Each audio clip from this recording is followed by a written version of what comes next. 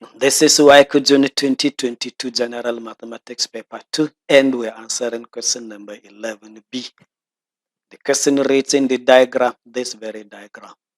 O is the center of the cycle XYZ. So this very point O is the center of this very cycle XYZ. XYZ are just points on the circumference of the cycle. Angle ZXO is 34 degrees. ZXO 34 is marked in the drawing. And angle XOY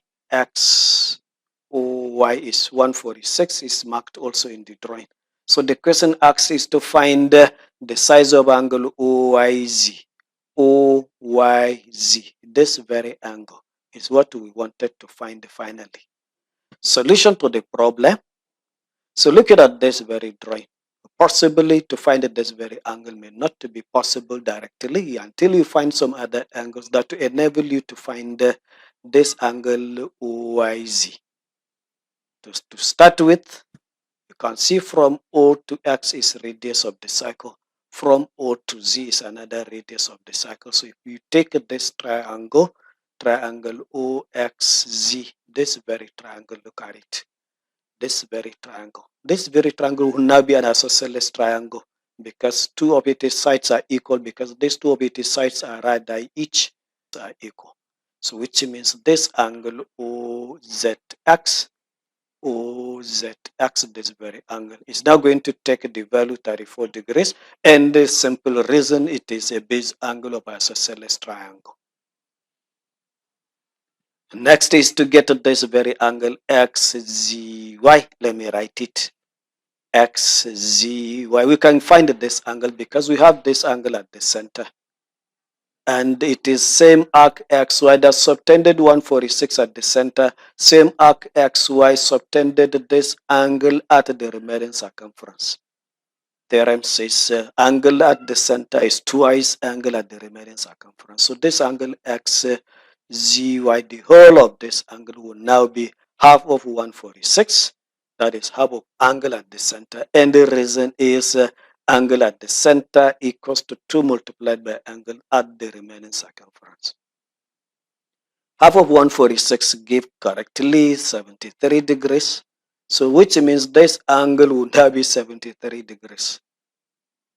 We continue.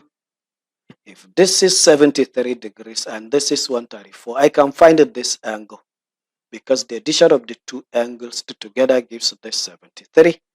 So I can subtract 34 from 73. It will leave me with the remaining angle here as angle OZY.